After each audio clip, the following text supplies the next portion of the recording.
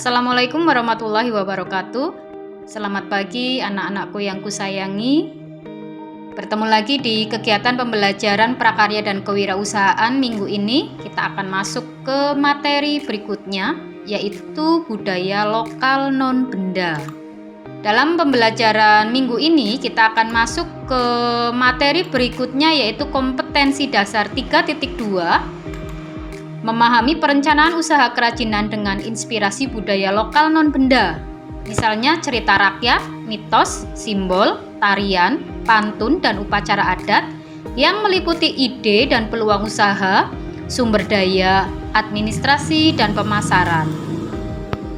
Kemudian untuk keterampilannya kita akan menyusun perencanaan usaha kerajinan dengan inspirasi budaya lokal non-benda.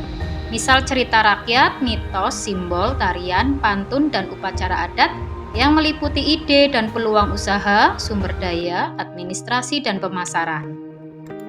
Jadi yang seperti kita ketahui bahwa dalam pembelajaran prakarya dan kewirausahaan, kita akan memproduksi suatu kerajinan. Nah, di sini kerajinan tersebut harus terinspirasi dari kebudayaan lokal non-benda. Nah, kita akan belajar dulu. Apa sih kebudayaan non-benda ini? Kebudayaan non-benda adalah kebudayaan yang mengacu pada hasil karya yang bersifat abstrak, bukan berupa benda. Di antaranya banyak yang diturunkan antar generasi. Misalnya, yang pertama adalah tari-tarian tradisional, seni pertunjukan dan panggung, seperti ondel-ondel, wayang, gitu ya. Kemudian yang kedua adalah lagu daerah dan musik daerah, contohnya angklung. Kemudian yang ketiga adalah puisi, pantun, bahasa, isyarat, contohnya di sini adalah kentongan. Kemudian yang keempat adalah cerita rakyat, dongeng, mitos, dan simbol.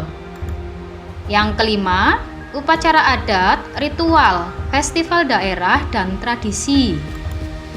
Nah, yang keenam adalah teknik atau kecakapan atau keahlian khusus seperti melukis, batik tulis, atau keahlian menempa keris. Nah, hal-hal inilah yang nantinya akan menginspirasi kita dalam membuat suatu kerajinan. Nah, nanti kita akan bahas satu persatu di sini. Yang pertama adalah tarian daerah. Di Indonesia itu adalah negara yang memiliki keanekaragaman budaya dan adat istiadat. Selain memiliki anugerah yang sangat berharga berupa keindahan dan kekayaan alam tentunya. Nah, keanekaragaman budaya yang ada di Indonesia ini membuat negara kita begitu kaya. Dihuni oleh banyak suku adat sehingga memberikan keanekaragaman tari-tarian daerah yang diwariskan secara turun-temurun. Nah, tarian-tarian daerah tersebut dimiliki oleh setiap provinsi yang ada di Indonesia. Tarian inilah yang nanti bisa menginspirasi untuk membuat kerajinan berdasarkan kebudayaan lokal non-benda. Tarian di Indonesia kan banyak sekali ya, seperti tari kecak, tari saman, tari serimpi.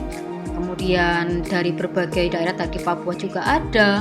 Banyak sekali. Nah, itu nanti bisa menginspirasi kita untuk membuat suatu kerajinan berdasarkan tarian daerah, misalnya membuat patung yang menunjukkan gerakan atau seseorang yang sedang menari tarian piring misalnya, ya. Kemudian materi berikutnya yaitu selain tarian daerah ada juga pantun. Pantun ini merupakan salah satu jenis puisi lama yang sangat luas dikenal dalam bahasa-bahasa Nusantara. Ada bahasa Minangkabau, ada bahasa Sunda, ada bahasa Jawa, ya. Nah, pantun-pantun ini tidak terdapat nama penulis, hanya saja karena dia penyebarannya dilakukan secara lisan. Nah, ini contoh, ada saya lampirkan sebuah pantun. Pantun ini pun mungkin nanti bisa menginspirasikan karena pantun itu nanti juga mengandung bahasa masing-masing, ya. Bahasa daerah masing-masing dalam logatnya itu kan penyampaiannya juga berbeda-beda. Berikutnya selain pantun, berikutnya adalah mitos. Mitos dapat mengacu kepada cerita tradisional. Pada umumnya, mitos menceritakan terjadinya alam semesta, dunia, dan para makhluk penghuninya. Bentuk topografi suatu daerah, kisah para makhluk supranatural, dan sebagainya. Nah, mitos dapat timbul sebagai catatan peristiwa sejarah yang dilebih-lebihkan sebagai personifikasi bagi fenomena alam atau sebagai suatu penjelasan tentang ritual. Misalnya seperti di Jogja, kita punya mitos bagaimana apakah bisa seseorang melewati dua beringin kembar, lewat di tengahnya dengan jalan yang lurus, dengan mata ditutup dan lain sebagainya. Ada mitos tersendiri di situ ya. Atau mitos tentang putri atau ratu pantai selatan dan lain sebagainya. Kemudian berikutnya, legenda. Legenda biasanya ini adalah menceritakan tentang kejadian atau asal-usul suatu daerah. Legenda itu adalah prosa rakyat yang dianggap oleh rakyat itu memiliki cerita sebagai sesuatu yang benar-benar terjadi. Oleh karena itu, legenda seringkali dianggap sebagai sejarah kolektif. Di Indonesia, sejarah tentang legenda ini banyak sekali. Misalnya seperti Malin Kundang, kemudian ada asal-usul Tangkuban Perahu, Danau Toba misalnya, ya. Itu mungkin bisa menginspirasi kita dalam membuat suatu kerajinan. Kemudian berikutnya adalah upacara adat. Salah satu cara menelusuri jejak sejarah masyarakat Indonesia pada masa praaksara dapat kita jumpai pada upacara-upacara adat yang ada di Indonesia.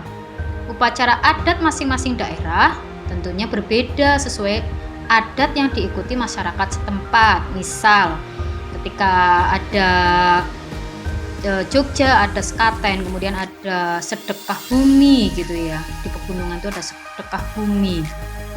Di Cilacap ada atau tidak? Nah, nanti kalian coba dianalisa ya. Apakah di Cilacap ada upacara adat? Apakah bisa menginspirasi kita untuk membuat suatu kerajinan? Yang terakhir adalah teknik atau kecakapan atau keahlian khusus. Teknik, kecakapan atau keahlian khusus seperti melukis, membuat batik tulis, kemudian menempa keris, ini termasuk budaya lokal non-benda. Keahliannya itu budaya lokal non-benda, tetapi hasilnya itu adalah budaya benda gitu ya. Kalau keahliannya itu non-benda. Nah, keahlian membuat batik atau melukis atau menempa keris inilah mungkin nanti bisa menginspirasi dalam membuat suatu kerajinan. Sehingga nanti di semester 1 ini terinspirasi dari kecakapan atau keahlian khusus, kita nanti kemudian simbol-simbol, kemudian lain sebagainya, kita bisa membuat suatu kerajinan. Karena di sini tema kita adalah kebudayaan lokal non-benda, maka nanti tugas kalian adalah bisa menyebutkan kebudayaan lokal non-benda yang ada di kota Cilacap. Misal tarian, kita punya nggak tarian khas Cilacap? Punya ya. Namanya apa? Nah, kamu sebutkan namanya pada bagian contoh. Atau misalnya kebudayaan lokal non-benda kita adalah bahasa. Bahasa kita bahasa apa? Nah, pernah nggak kamu pernah lihat tulisan di baju ya sebagai bentuk kerajinan ya, baju ada tulisan bahasa ngapak gitu ya, orang ngapak, orang kepenak gitu misalnya. Itu sebenarnya salah satu hasil kerajinan yang diinspirasi oleh budaya lokal non-benda, dalam hal ini adalah bahasa.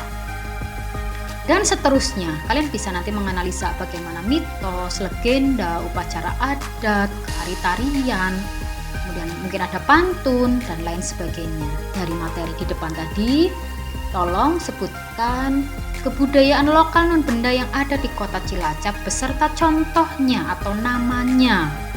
Tulis di buku tugasmu, lalu difoto, kirimkan biasa ke Classroom dalam bentuk file PDF untuk mempermudah Bu Atin koreksi.